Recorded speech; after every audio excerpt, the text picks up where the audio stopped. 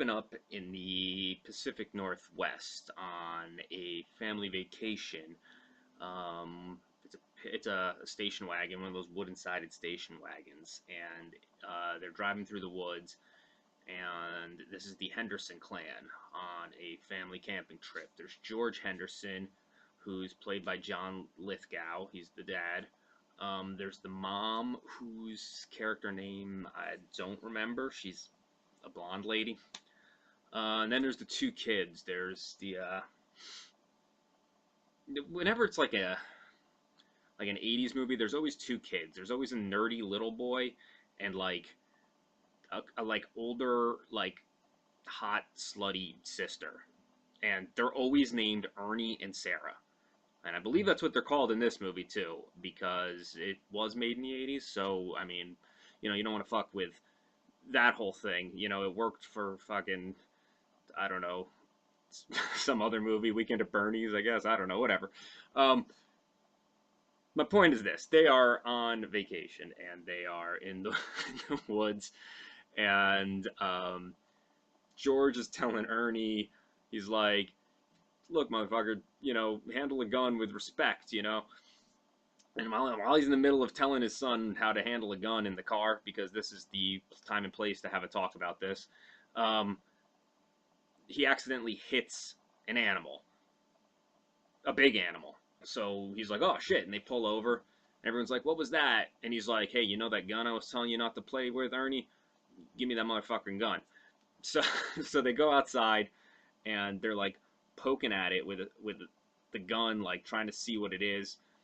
And John Lithgow's all like, "Oh, it's a bear," and his son's like, "Are you out of your fucking mind?" And he's like, "What makes it a bear?" They like flip it over, and like it's like hand falls, right, and it's like a human looking hand or like a monkey looking hand, and then the kid is like immediately like, "Oh, holy shit, it's Bigfoot," because this is one of those movies where it's not like a zombie movie where when the zombies happen, all the characters had never heard of zombies before, and it's like this brand new thing. They're like, what are these dead people? Like, zombie movie worlds they usually are identical to the real world, the world we live in, but in their version, there's no such thing as zombie fiction. So they never know why zombies happen or what they are. What the fuck is this dead guy coming after me? Like, let's come up with a different name to call it. Let's call it a walker or something, because like they're not zombies, they're walkers. We're different. Look. Anyway, I'm losing track. It's the kid's like, "It's Bigfoot," and George is like, "Ah, that's crazy," but for some reason they decide to bring it home because they don't know what it is. I mean, you hit a like 6 foot tall animal. I mean, what are you gonna do? You tie it to the roof of your station wagon and put it in your garage. That's what they do. So Bigfoot is in their garage, and they think it's dead. Obviously it's not, because then there would be no plot to this movie, and it would have been like a 2-minute movie. They kill Bigfoot and life continues. That's not what happens. It wakes up in the middle of the night, starts raiding their fridge, starts like tearing shit up. Like, it wakes up George, and he comes down, and he's like, "Oh, what the hell? There's Bigfoot's in my house."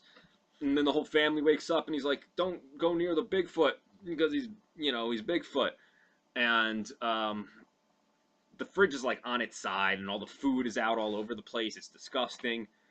So the daughter, Sarah or whatever, the Bigfoot like pulls her like corsage. The Bigfoot doesn't eat meat because he's a gentle giant. This is also a kids movie. Not only is it a movie, it's a kids movie. So the Bigfoot is not like a fucking. It's not like a horror movie where the Bigfoot's a killer. It's a little comedy where the Bigfoot is your friend. He doesn't eat meat. He only eats plants. So he pulls this girl's she had a corsage she was saving in the fridge. I guess it was from her prom night or something. And Bigfoot is he eats her corsage, and she's like, "Oh my god." She runs over, and she's all pissed off. She's like, "I don't care if he's fucking Bigfoot. That corsage was the only thing to remind me of the innocence I had before that night you know, with prom night, we all know what happens. Um, so she's like, "You hairy piece of crap! I can't believe you ate my corsage!" And he just rah rah roars in her face, and she passes out because, I mean, you know, it's scary. And then when she comes to, I guess the whole house is kind of even more destroyed. They're just kind of following Bigfoot from room to room as he wrecks things. Like he bumps his head trying to fit through a door because in nature there are no doors, and he doesn't understand. So Bigfoot like pushes the sill of the door up so he could fit his head through. So now they're all Bigfoot sized doors. I mean, he only needed like 2 inches extra. So I mean, I know he's Bigfoot, but like really, you couldn't duck. Um, so now they're going from room to room, and then he sees like a deer head on the wall. Oh, George, John Lithgow, George is a big time hunter. His dad is in the movie, not John Lithgow's dad. George is the character's dad is in the movie, and um he owns like a hunting shop. So like John Lithgow was raised to be a hunter, and so there's like deer heads and shit and like dead animals like taxidermied all over his room and on his walls and stuff. And Bigfoot sees these and he's like, he goes to pet it because, again, this is a gentle creature, a vegetarian Bigfoot version of Bigfoot who's a vegetarian, and he's petting the dead deer heads because he doesn't realize they're dead. So then he goes to like pet the back of it, and he looks around the wall and he sees it's not there. He punches a hole in the wall to let the deer out, and he realizes it's just a dead deer. So he looks at John Lithgow and he like kind of like gets all mean. He's like, and you think he's gonna fucking kill him, but he doesn't. Instead, he goes outside and buries the deer head like it was a funeral or something. Because in Bigfoot culture, I guess they do the same funeral rites as they do in Western society, or maybe they learned it from like peeping on fucking funerals from the woods. I don't know. Um, so they bury that deer head, and then um, they bury all the deer heads for some reason. So there's like deer heads all over the house. It's basically a fucking museum of deer heads. They bury all of them. And then Bigfoot's like, all right, you guys are okay. He doesn't talk, but he's like, through his like motions or whatever, he's like, you guys are okay. Uh, I'm not gonna fucking kill you people. Um, so then the neighbor, it's the next morning, and their house is destroyed. Everything is, no one slept. Their fucking neighbor comes. She's like one of them. She's like a fucking, like, they give her like one of those, oh my god, what's going on in here? Like one of those fucking real, I don't want to say New Jersey because people from New Jersey know that that's not how people talk, but that perception, that Jersey Shore thing, okay? The perception everybody has of what people around here sound like, that's what she sounds like. So she's all like up in their fucking business. She's like, what is this? What are you doing? And then the wife's like, oh, you know, we're just defrosting the refrigerator.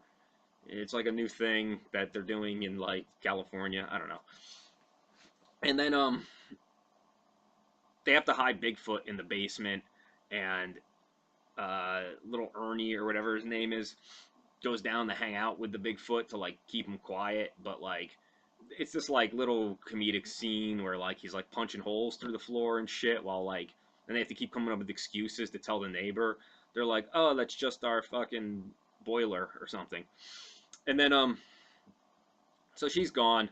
um George goes on a George John Lithgow goes to one of those roadside attraction places, um to learn more about big feet, Sasquatches.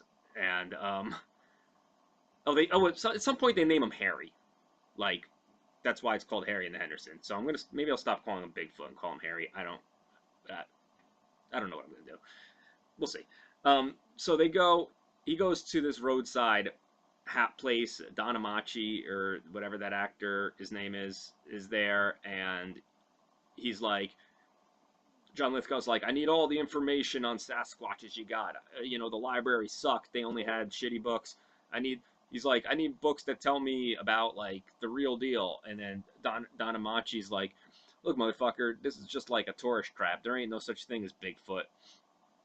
And George is like, oh yeah, dickhead, come on with me. So he brings brings the Bigfoot researcher guy, not the Bigfoot uh roadside guy back to his house, and he's like, oh my god, it's the fucking thing, it's real. Um, oh, meanwhile, there's this like French dude. It was probably named Jacques. I mean, he's French, so what the hell else is he gonna be named? So this Jacques dude is like hunting the big. It's like his life's work is to fucking murder a Bigfoot. So he's like finding hairs in places. He's like, this is the total signs of the Bigfoot. So they he's getting close. The whole movie's going on. This fucking Jacques dude is getting closer and closer to them, and he is a bad dude. You know, he doesn't have any hair, so and he's got a beard, so he looks like less attractive than the good guys. Actually, I don't know. Is Lithgow really that attractive? My point is, he's just a fucking. He's French, so he's obviously bad. Um, so that guy's like chasing him down. Oh, what happens? So they are in the house, and Donna Manchi's there. Oh, at some point, okay. At some point, fucking, they decide they need to let Bigfoot go or something, or maybe he escapes, or I don't know what the hell happens. At one point, Bigfoot fucking or Harry leaves the Hendersons. They clean him up. They give him a bath. They let him watch the Addams Family, and then he's like, "All right, peace, bitches," and he's just like out, you know. Um, he's walking around this Seattle suburb, and he sees like he's seeing what people do, and he's all confused and shit because he's all, you know, he's feral, and he sees this. There's this like woman is cooking this chicken, and then there's like in one house, and then he looks over to this other house, and there's this like fat dude with his wife in the hot tub, and the woman is like, you know, dressing the chicken and slowly lowering it into a boiling pot of water. I don't know, a boiling pot of water, but I don't know who boils an entire fucking chicken. I mean, what the hell? What is she gonna make? I mean, you roast the motherfucker. You know, boil a chicken. But this is the only reason that this is happening. Why she's boiling the chicken is because the fat dude lowering his fat wife is kind of lowering into the hot tub in the same way, so it looks like he's boiling her, and this confuses Harry. So Harry fucking freaks out and he goes, ah, and he's trashing shit, flipping over cars and stuff. So now Bigfoot fever is sweeping Seattle, and everybody's on the hunt for fucking Bigfoot because there's like crazy. It's kind of like that news report um, that's on you can find on YouTube where there's like a leprechaun in like Harlem or something, and like everybody's flipping out because they're all describing the leprechaun. It's kind of like that, but with Bigfoot. Um, I don't know what that had to do with anything. The okay, so George's dad is like, who owns the hunting shop. He's like, you guys, I need George. Oh, George is like a sensitive artist, you know. I mean, he's a hunter and he works at the hunting shop with his dad, but inside he's a sensitive artist and he draws a lot. It's his like hobby. And his dad is like, can you draw me a poster of Bigfoot because, you know, we want to sell crazy amounts of ammo for hunters to hunt this Bigfoot. So he draws this Bigfoot for him, and it looks just like Harry. It's all like it's got those like deep, soulful eyes. Oh, yeah, Harry looks like really good. Like this was like right at that moment in film history, right before like this was where suit technology had hit its like apex. There was like right after this, they kind of switched to like that whole CGI thing, and it was like city. It was shitty CGI at first because like it was new. So like this was like suit technology at its best, you know, like and like I mean, like say they made this movie like fucking 6 years from then, it like big Harry would have looked like that fucker from Monsters Inc. You know, it wouldn't have been. It would have been a totally different movie. Um, so he draws this Harry with the soulful eyes for his dad, and his dad's like, "This is bullshit. Like, look, I'm gonna add some fangs and some blood." So his dad draws all over his picture, and John Lithgow's like, no, he's nothing like that. He's nothing like that at all. And he flips out on his dad, and his dad's like, what? I mean, from his dad's standpoint, like, his behavior made no sense. I mean, like, why would he have? First of all, why would he care that much about Bigfoot? And then secondly, like, this is something that people don't believe in. So like, I'm losing my train of thought. It doesn't matter. His dad draws all over it, flips out on his dad, goes, Dad, you're a dick.